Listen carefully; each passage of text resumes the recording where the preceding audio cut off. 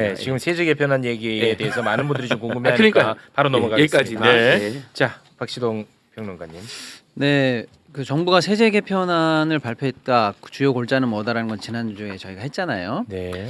근데 당연히 이제 많은 불만과 논란이 나왔는데 아직도 그게 해소가 되질 않고 있고 오히려 점점 더 이제 반대 목소리가 커지면서 지금 예. 반대 국민청원이 지금 12만 13만을 지금 가는 정도까지 이르렀어요. 근데 일단 책임 있게 정리해야 되는 정치권이나 정부 쪽에서는 아직은 결론이 잘 안 나오고 있으면서 점점 이제 결정이 미뤄지고 있기 때문에 오늘 저는 이제 끝장판. 그래서 도대체 이 지금 가장 화두가 되고 있는 요 포인트마다 네. 뭐가 문제일까라는 좀 요약 정리 좀 한번 해드리겠습니다. 좋습니다. 네. 가장 지금 일단 핵심적으로 논쟁점으로 떠오른 게 대주주 자격을 기존에 50억이던 거를 10억으로 낮춘 것. 이게 일단 문제가 되는데요. 예. 뭐 내용은 대수를 아신다고 보고 핵심적인 논점만 좀 집중적으로 설명을 네. 드려본다면 이런 거죠. 예를 들어서 대주주 관련한 내용이 처음 들어왔을 때가 그때가 강남 아파트가 한 5억 정도 했었어요. 근데 그때 대주주 요건은 100억이었어요. 근데 지금 강남 아파트가 뭐 한 40억, 50억 하지 않습니까? 예. 근데 지금 대주주 요건을 다시 10억으로 낮춘다는 것은 부동산 시세랑 주식 시세가 이렇게 달라진 상황에서 시대에 역행하는 거 아니냐라는 불만이 일단 제기되고 있는 거죠. 네. 또 하나는 뭐냐면 대주주 지정은 두 가지 요건이 있어요. 하나는 뭐 그 회사의 지분율이 뭐 1%가 되든 2%가 되든 절대값이 넘으면 된다. 요거는 언제 넘어야 되냐면 1년 중에 아무 때나 넘으면 지정이에요. 예. 예를 들어 어떤 회사에 1%가 넘어. 그러면 네. 당신 대주주입니다라는 건 하루만 넘어도 대주주예요.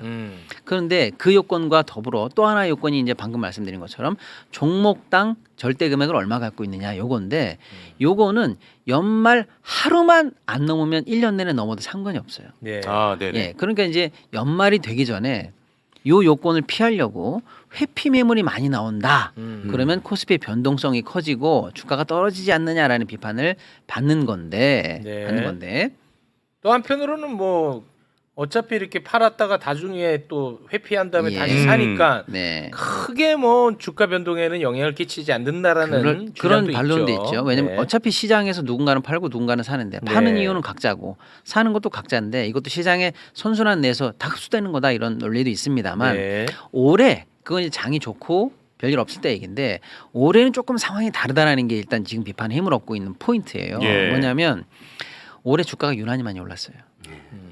그렇죠. 네. 그러다 보니까 이미 많이 갖고 계신 분들 중에서는 지금 올라간 폭이 결국 이제 앞으로 코스피 2천, 뭐 3천, 4천, 5천 이렇게 간다라고 하면 이 많은 올라간 폭이 오랜만에 3년, 4년에 손실 구간을 뚫고 올라간 건데 이 많이 올라간 게 전부 다 과세로 들어가다가 보니까 평상시에 늘 뭐 이렇게 어느 정도의 증감 변동 속에 있던 시장과는 전혀 다른 시장이니까 이게 만약에 급작스럽게 도입되면 지금부터는 과세 부담이 실질화 엄청 된다. 이런 게 일단 시장 상황에 대한 이해다. 이렇게 말씀드리는 쪽이 있고 예. 또 하나는 예전보다 개인 투자자분들이 많이 영리해지셨어요. 그래서 옛날에는 연말 하루만 피하면 되지라는 정도의 예. 회피 기동을 했다면 이제는 그날 확 팔아버리면 너무 많이 떨어진다는 걸 알으신 거예요. 그러면 매도도 이제 분할 매도를 하게 돼요. 그러니까 사실상 10월 정도부터 빠르면 9월 정도부터 매도를 조금씩 살라미처럼 잘라가는 매도를 하기 때문에 이런 전략이 다중으로 나온다. 그러면 9월 이후부터는 하반기 장세 전체적으로 탄력이 떨어진다. 이렇게 해서 이 회피 기동의 영향이 하루가 아니라 세 달씩 이상 벌어진다. 장기화될 수 있다. 장기화될 수 있다는 거고요.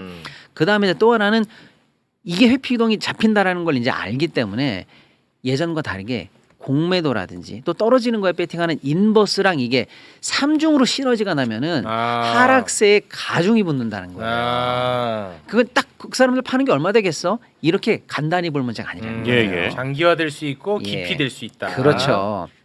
그래서 이제 또 한편으로는 이제 코스닥 관련해서는 이분들이 사실은 주요 큰 손들이거든요. 그래서 지금 코스피랑 코스닥이랑 묘하게 다르게 가는 게 바로 이것 때문이다. 벌써부터 실증하고 있지 않느냐 이런 이제 비판이 나오고 있는 겁니다. 네. 자, 근데 이제 핵심은 뭐냐면 결국에는 이걸로 걷어들이는 정부 입장에서는 재정을 벌충하겠다는 게 주요 목표인데 지금 이제 이게 중요한데 이것 때문에 걷어들일 수 있는 세수 효과를 아직 정부가 확언하지 못하고 있어요. 자료가 안 나오고 있습니다. 세수. 예. 근데 이제 민간에서 다양한 분석에 따르면 아무리 많이 잡아도 1조가 안 넘는다는 거예요. 네. 아무리 많아도 적게 잡으면 5천억도 안 될 수 있다는 얘기예요. 그런데 이 조치 때문에 물론 이 조치 하나만은 아니고 연동 조치이긴 합니다만은 이번 세제 개편 때문에 떨어진 당시의 시총이 지난주에 떨어진 시총이 116조거든요.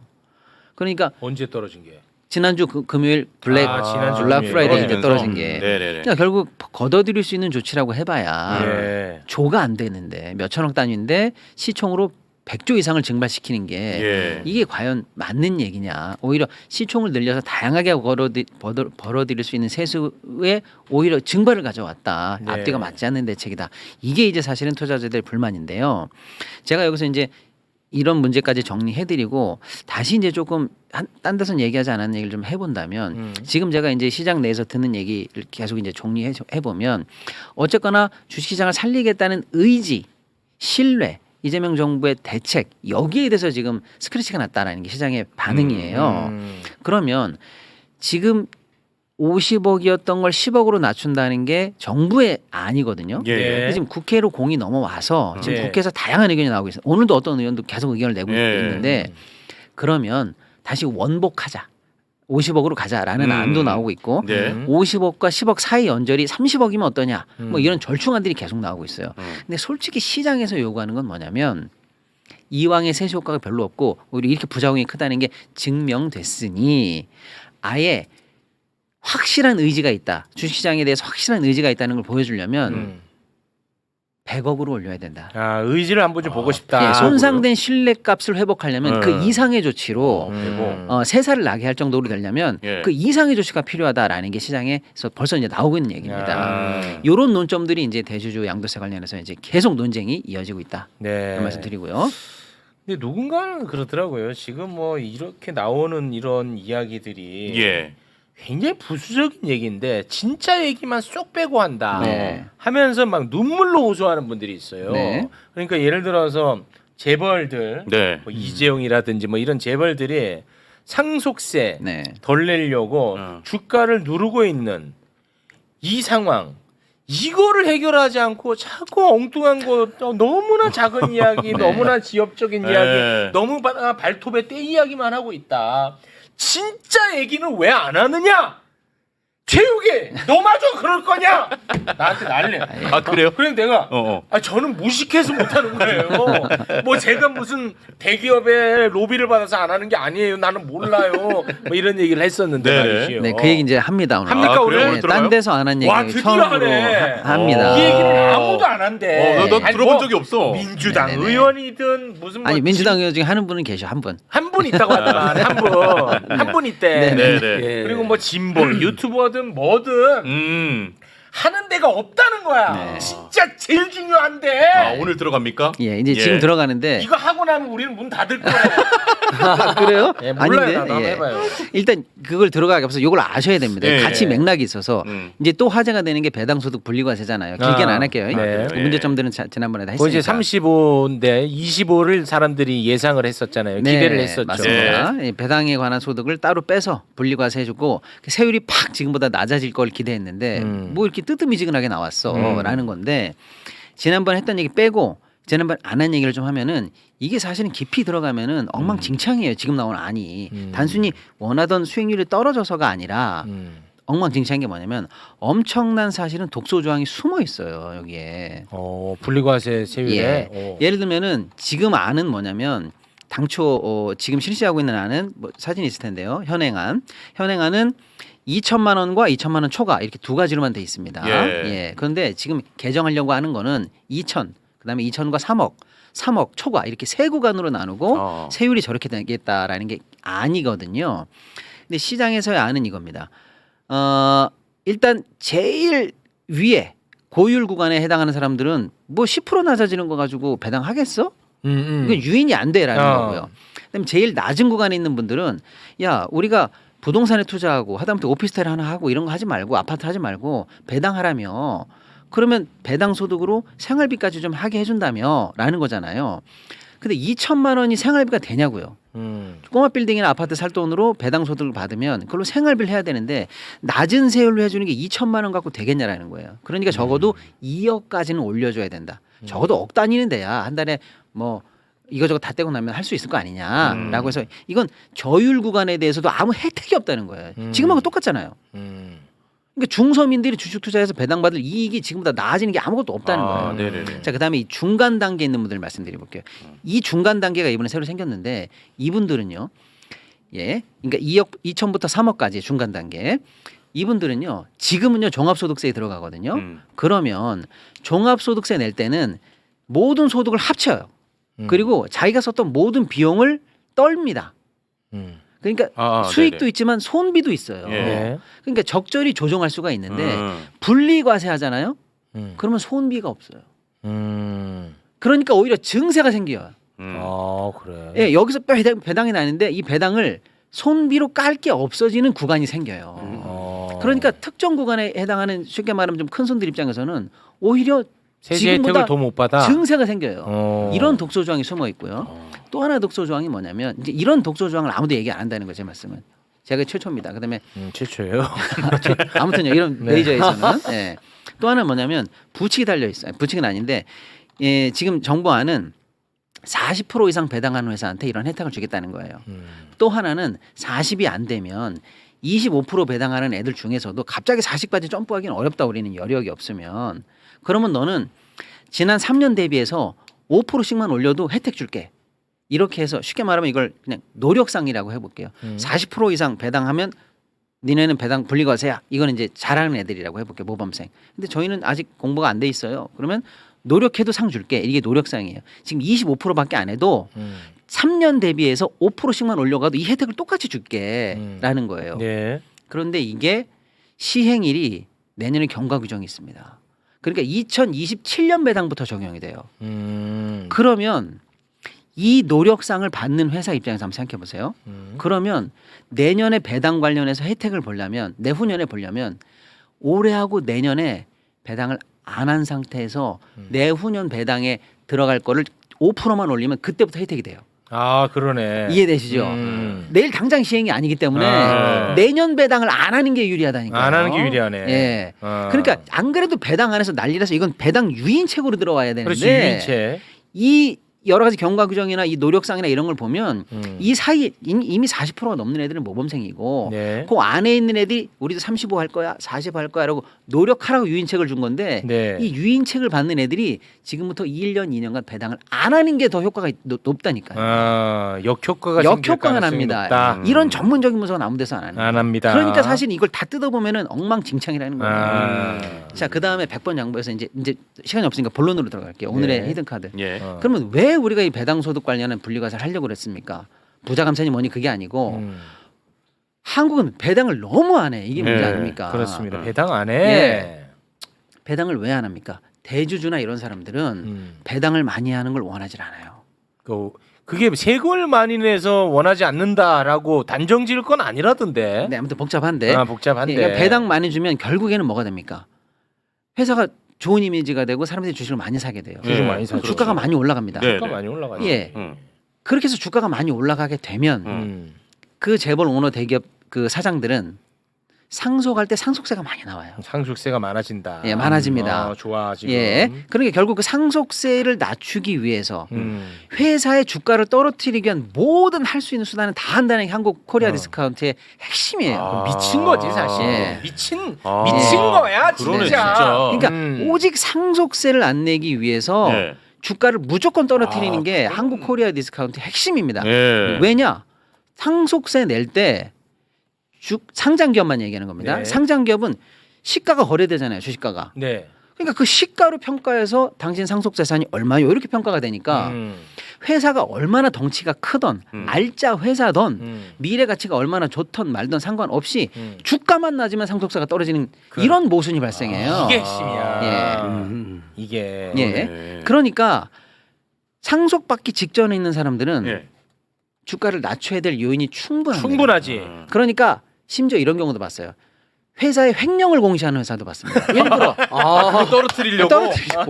횡령 공시가 나오는 겁니다. 아니, 코미디네. 진짜 코미디예요. 이 코미디야. 그러니까 우리가 진짜. 생각하는 모든 악재가 나오는 타이밍은 다 경영 승계가 예상돼 있는 회사에서 나온다는 게 정설이에요. 예를 들어서 굳이 해도 되지만 지금 회사로 해도 되지만 갑자기 분할한다 그래.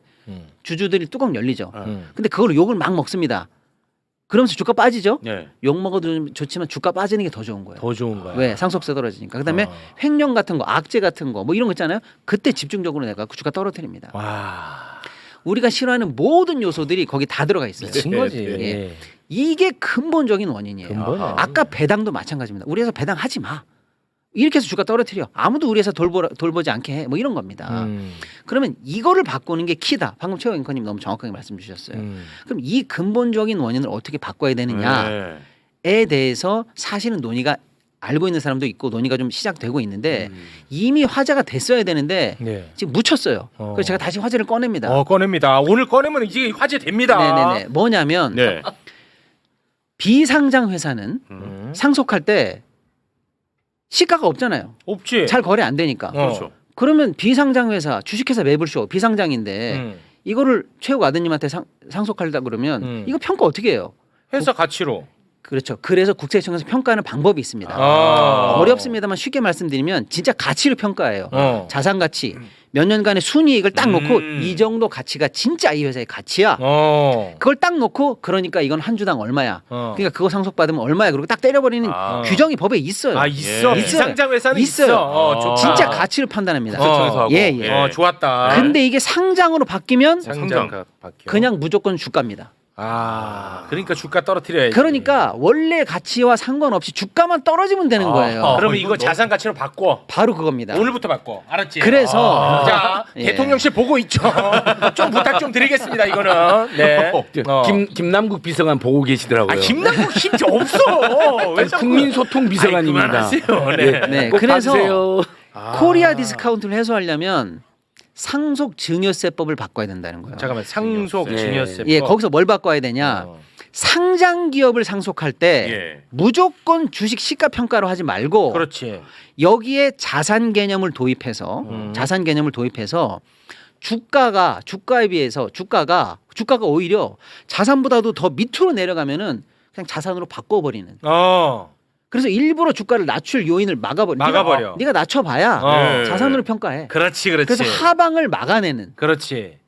이런 법안이 필요하다라는 법안이 원래는 나왔습니다. 올해 5월에 오, 그래요? 민주당 이소영 의원이 대표 발의한 법안이 있었어요. 이소영 의원이 잘하네. 굉장히 예리하죠. 그래서 이게 법안이 나왔고 네. 이게 후보 때 이재명 당시 후보도 아니 그렇게 좋은 법안을 발의했습니까라는 멘트를 한 적이 있어요. 그래? 그래서 내가 그 법안에 공동 발의로 참여까지 하고 싶다는 멘트를 후보 시절에 하셨어요. 이재명 대통령. 영상 있어요? 어느 유튜브에 있습니까? 있습니다. 그 영상을 계속 뿌려야 돼. 계속 뿌려야 돼. 그러면 그래요? 대기업이 주가를 낮출 유인이 사라진다는 거예요. 그렇지. 이게 핵심이네. 그럼 5만 병폐가 다 사라져요. 그런데 이게 대표 발의가 되고 현재 화제가 안 된 상황에서 아무도 추동력을 밟지를 못하고 있어요. 아무에게도. 이 여론이 안 생기니까. 여론이 안 생겨요. 물론 이소영 의원의 발의안 자체가 최적이 아니라고 할 수는 없어요. 이소영 의원의 안은 뭐냐면 주가 대비 그 자산 가치의 비율을 0.8 밑으로는 내리지 마라 적어도. 그러면 0.8 밑으로 내려갔으면 그냥 우린 0.8로 해버리겠다 이거예요. 네. 그렇게 해놨어. 네. 0.8 위면은 시가로 해. 0.8 미치면 0.8로 하겠다. 이겁니다. 그러면 인위적으로는 못 낮춘다는 건데 그렇지. 엄밀히 보면은 0.8 미만 0.1, 0.2짜리 회사들이 드글드글해요. 우리나라에서는요. 진짜 미친 겁니다. 그러면 그 사람들 입장에서는 갑자기 상속세를 많이 낼 가능성이 있죠. 그렇긴 하죠. 우리 회사는 그렇죠. 지금 똥값이야. 그러니까 상속세 나자 이러고 있다가 갑자기 자산 가치를 평가하면 엄청 올라갈 거 아니에요. 네. 그럴 수 있- 저항이 있겠죠.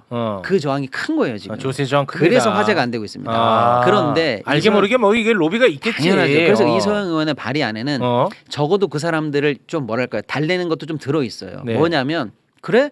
그러면 앞으로 나는 이렇게 하한을 막는 걸 했으니까 상한에서도 약간의 베네핏은 줄게. 지금은 최대 주주는 20% 할증을 받아요. 이미 상속한 우리가 상속 계산을 하고 거기에 20% 할증을 붙습니다. 할증은 없애줄게. 우리는 주가 부양이 목적이니까. 너를 때리려고 하는 건 그렇지. 아니야. 우리는 재벌들을 혼내는 게 목적이 아니야. 그렇죠, 그렇죠. 주가 부양이 목적이야. 좋았다 이번에. 네네. 그래서 하방으로 낮춰지는 마. 어. 그러면 너가 추가적으로 최대 주주라서 더 내는 거는 할증은 없애줄 거야. 그렇지. 그리고 비상장은 물납이 돼요. 주식으로 세금을 낼 수가 있는데 네. 지금 상장은 팔아서 돈으로 내 이렇게 하니까 어. 팔아버려야 되거든요. 근데 그것도 물납으로 받아줄게. 이런 약간의 베네핏은 줘요. 아 그것도 있어. 그 대신 낮춰지는 마 이런 겁니다. 이소영 의원 잘하네. 이게 굉장히 제가 볼 때 코리아 디스카운트의 핵심을 건드리는 건드렸네 거예요. 이소영 의원. 그러니까 여러분이 지금 지금 우리나라에서 무슨 일이 벌어지고 있냐면 다시 한번 말씀드리면 이소영 뭐야? 코스피 5천 가겠다라고 레토릭은 너무 좋게 나왔죠. 그렇죠. 근데 그 대책은 사실은 다 법 대책이에요. 그래서 우리가 뭐 이사에 무슨 충실 의무 같은 것도 열심히 공부했고 그렇습니다. 뭐 집중 투표제는 뭐 이렇게 예. 공부한 이유가 네. 그게 다 돈이고 주가에 반영이 되는 제도들이거든요. 그렇습니다. 근데 그것들 중에 우리가 논의됐던 것들은 제가 말씀드리면 전반전입니다. 지금 말씀드린 거 배당소득 분리과세 이거 지금 독소 조항이 많다고 그랬잖아요. 네. 이거 그다음에 방금 말씀드린 거 있잖아요. 대주주가 주가를 낮출 수 있는 유인을 막는 거 이런 게 진짜 숨겨진 끝판왕이에요. 이거 찐이야. 이게 찐 중에 찐이라서 화제가 안 되는 겁니다. 그래서 화제 안 된다는 거. 이거 아주 역설입니다. 이게 디펜스가 엄청 많아요. 이 진짜가 빠져 있다. 이게 화제가 돼야 돼요. 화제돼야 돼. 그래서 진짜 문제는 뭐냐? 재벌 대주주들의 상속을 건드려줘야 됩니다.